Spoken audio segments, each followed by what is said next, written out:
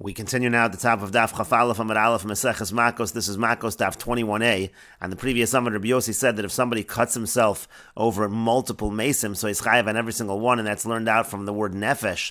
I'll call nefesh v'nefesh. He's chayav on every single nefesh. And the Gemara asked, didn't we use nefesh for something else? Because we use nefesh to teach us that it's specifically cutting oneself over a mace, and not let's say the person's ship, it sinks at sea. And the Gemara continues and answers, because Savar Rabbi Yossi holds Srita u Gedida achasi, that Srita and Gedida in the Pasuk, it's identical, they have the same meaning. Uchsiv hasam lameis, and it already says over there, over the dead, so we already know over there that it would not apply, let's say a person's boat sinks at sea, and that's where we learn that out from, we learn out from lameis, and therefore nefesh is available to teach that you're chayiv al kol nefesh v'nefesh. Rashi explains, because Savar Rabbi Yossi Srita u Gedida achasi, the tarvayu bein biyad bein bekli. According to Rabbi Yossi, both Srita and Gedida refer to cutting oneself whether by hand or whether with a vessel, with a utensil. Uchsiv begedida lameis, and it already says by Gedida, it says lameis for the dead. Lotis godedu v'los asimo karcha. Again, it says over there lotis godedu, and it mentions lameis. And the Gemara continues, Amar Shmuel says, Hamisaret Bekli, if one cuts himself with a vessel, chayiv, he is liable. Rashi explains, Hamisaret Bekli chayiv, Havada Pshita L'Kuli Alman. It's obvious to everyone, the Iker Gedida Mashma Bekli, that in general, the word Gedida generally means with a vessel. The Iker Srita Mashma Biyad, and the word Srita usually means by hand.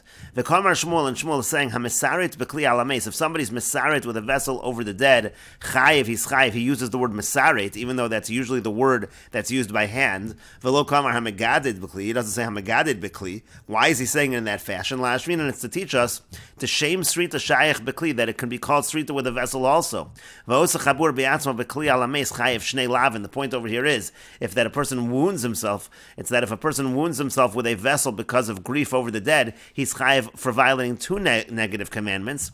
Misham mesaret u'misham megadid. He's chayev because of mesaret and megadid.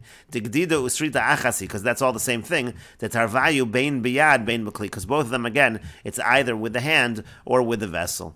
And the Gemara continues, Meisvei, we have a question, Srita u'gedida achasi, it says in the Brisa that Srita and Gedida are the same. Ela Srita biyad u'gedida b'kli, but it says that Srita is with the hand and Gedida is with the vessel. And the Gemara answers to that, Hudamar ke Rabbi Yossi, Shmuel holds like Rabbi Yossi again, that the terms can actually be interchangeable. They both mean bein biyad, bein b'kli.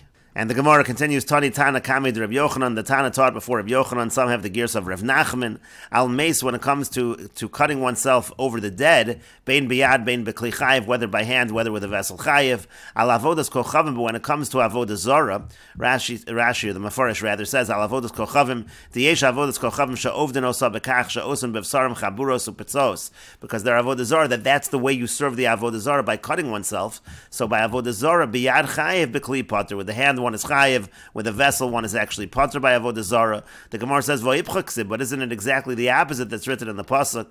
Pasuk can say from malachim vayiskodadu kimishbatim. Vayiskodadu again is the language of cutting oneself, and it says becharbos over a machim, and it says that the person does it with sword and with the spear. The idea over here is that it's with vessels, and so the Gemara says you're right. Ella rather ema biyad patur bekli chayiv. Rather, what it should be is that if one cuts oneself to serve avodah zara with the hand is patur, but with the vessel is chayiv. And the Gemara continues at the two dots. The Mishnah said, "V'chayev al harosh." The person is chayev on the head, and the Mishnah was talking about the payas, that there are on each side. There's one payas that the person is chayev on, so there's a total of two. Machvir Rav Sheshas indicated bein pirkei reshitz, between the areas of the head, the connecting areas of the head, and the Mefarish explains bei pirkei dereisha makom haprokim shemischabrim sham pirkei ha'atzamos. It's where the different bones connect. V'hainu b'tztayim, and that refers to the area of the temples. And then the Mishnah said that by the beard you have two on each side and then one below. Machvir Rav Sheshas, again, Rav Sheshas indicated bein pirkei dikna, in the area again where there's the connection by the beard. And the Mefarish explains, bein pirkei dedikna perak rishon shel zaken hainu tachas ozen makom shalechi atachton yotzi misham. It's right under the ears. That first perak, v'sham nikra peya bechudo shalechi, and the edge over there is called peya. Shabolit lachutz u'shtei hashibol shebesanter makom chibor shnei halachayayim yesh etzem kotel shemachaber halachayayim yachad shemikan u'mikan nikra peya shekolechon mehen lasof halechi. And then there's another one that's towards the end of the cheek, harei shtayim, that's two. Harei shtayim mikan u'shtayim mikan, that's two on each side.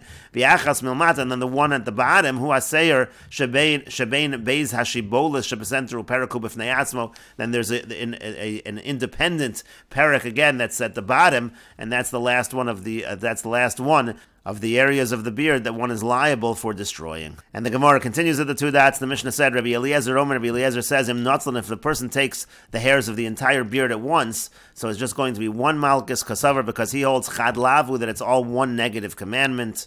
And the Gemara continues at the two dots. The Mishnah said, "Ve'eno chayvat sheyitleno besar." The person is only liable if he takes it with a razor. Tanu Rabbanan, the rabbis taught, upas zakanim lo yigalechu. It says he can't shave the areas of the beard. Yachol afilu galchu b'misparayim. One might think even if he shaves it with scissors, yeh chayev, that he'd be chayev. Talmud lomar lo sashches. It says one can't destroy with scissors. With scissors, it's not called destruction. Ilo sashches. Now, if we only had lo sashches, yachol imlaktu b'malaket or hitani yeh chayev. Then I would think even if the person takes off the hair using tweezers or using a plane, the person would be chayiv. Talmud lomar lo yigalechu. It says he can't shave. Haketzad haso giluach sheyesh bo hashchas. It has to be a shaving that causes destruction. Havayomer zetar. So that indicates that it has to be specifically with a razor. And the Gemara continues at the two dots. Rabbi Eliezer Omer afilu laktu b'malakit or hitnei chayiv. Rabbi Eliezer says even if a person takes with the tweezers or a plane, the person is liable. The Gemara says manavshach. Well, either way, how could that be? Igomer gzeira shava. If he learned the gzeira shava that we just said above, liboy tar, so then it should specifically only be a razor, like we just said above, according to the Tanakama. And he lo gomer gzeira shava, if he's not learning the gzeira shava, so misbarayim nami, so then with scissors also, the person should also be liable over there. And the Gemara says, liolam gomer gzeira shava, really he does hold of the gzeira shava, because savar hani nami giluach avdi, but Rabbi Eliezer holds that melaket and rehitani, that also is considered to be giluach, that's why you're chayev for that, but not chayev for misbarayim, not chayev for scissors. And the Gemara continues with the Mishnah, Hakosev Ksoves Kaka, if somebody tattoos himself, Kasav velo Kiaka, let's say the person writes on himself, he uses ink, but he doesn't insert it under the skin, or Kiaka velo Kasav, or let's say he makes that incision on the skin, but he doesn't actually use any ink, so Eino Chayiv, he's not liable, he's only Chayiv when he does both, he has to have some ink that he actually inserts under the skin, B'diyo v'kachol, either ink or kachol, or v'chol davar shoroshim, anything that creates a mark. Rabbi Shimon ben Yehuda, Mishum Rabbi Shimon Omer, Rabbi Shimon ben Yehuda in the name of Rabbi Shimon says, Eino chayiv at sheyichtov sham es Hashem. He's only chayiv if he writes there the name. We'll see the Gemara in a moment. Shenemar, as it says in the pasuk, Chsov es kaka lo sitnu bachem ani Hashem. It says ani Hashem, so we learn from that you have to write the name in order to be liable. And the Gemara says, Amalei Rav Acha brei de Rav Ashi. Rav Acha the son of Rav said to Rav Ashi, Ad yichtov ani Hashem mamish. Does Rabbi Shimon in the Mishnah mean to say that he has to actually write the words ani Hashem, because that's what it actually says in the pasuk. It says the words ani Hashem. Amar Lei said to him, Lo, no, that's not what it means at all. Rather, Kidetani Bar Kapara, rather it means what Bar Kapara taught. Eino chayav at sheyichtov shem avodas kochavim. He's only liable if he writes the name of an idol of avodah zara. Shenemar, as it says, Chsovas kaka lo sitnu bochem ani Hashem. It says at the end of that pasuk about tattooing, it says ani Hashem. We understand that to mean ani Hashem v'lo acher. I am Hashem and nobody else. No one else is God. It's referring to the names of avodah zara.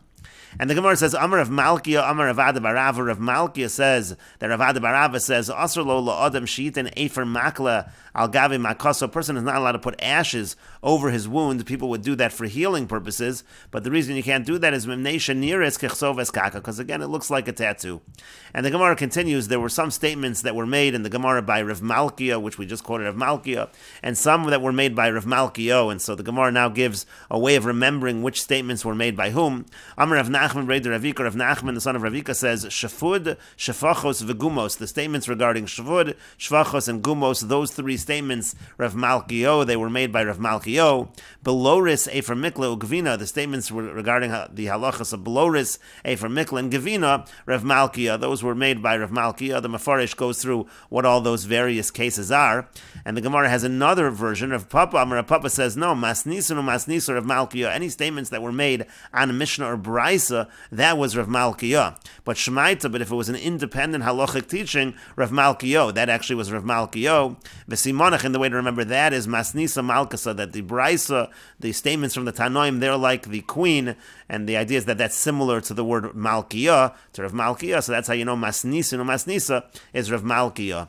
The Gemara says, "My Beinayi." Well, what's the difference between what Rav Nachman Brei de Ravika said and Rav Papa? Again, Rav Nachman listed Shvud, Shvachos, and Gumos as Rav Malkio, and he said below Sefer Mikla and Gavina, that was Rav Malkiah. And Rav Papa says that Masnisan and Masnisa is Rav Malkiah, and Shmaitza is Rav Malkiah. And the Gemara says Ika Beinayu, the difference between them is Shvachos. The difference between them is the case of the Shvachos, the case of the maidservants. Again, Rav Nachman Bered Ravika, he said that Shvachos was Rav Malkiah, whereas that case of Shvachos actually was on a Mishnah, and so therefore, according to Rav Papa, that would actually be Rav Malkiah. And the Gemara continues, Rabbevi bar Abaya kapid afilu arivda de kusil. So Rabbevi bar Abaya, he was strict, even if there would be a wound from bloodletting, he would not put any ashes on it. Rav Ashi says, Kol makom sheyesh shamaka, anywhere where there's a wound, makosam mochiach olav, the wound makes it clear that he's not doing it for tattooing purposes, and therefore it is not a problem. And the Gemara continues with the Mishnah, Nazir shal yashose yayin kol hayom, if a Nazir is drinking wine all day, ein chayiv elachas, he's only liable to one. Amr lo al tishta, if they say to him, don't drink, v'hu shos, and he drinks, chayiv al kol achas v'achas, then he's chayiv on every single one. There was an independent warning for each action. Hayim metami l'meisim kol hayom, if he's being metami to the dead all day, einu chayiv elachas, he's only chayiv one.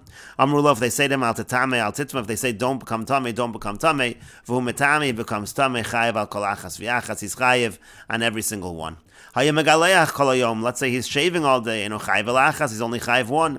Amrullah al tagalach, if they say don't shave, and he shaves, chayiv al kolachas v'achas, he's chayiv on every single one. All of these cases in the Mishnah so far are by Nazir. Now the Mishnah turns to a case that applies to everyone. If somebody's wearing kilayim all day, he's only chayiv one. Amrullah al tilbish, if they say don't wear it, he keeps taking off the clothing and putting on, chayiv al kolachas v'achas, he's chayiv on every single one. And we will continue with this discussion in the next video on Daf Chaf Aleph Amid Beis.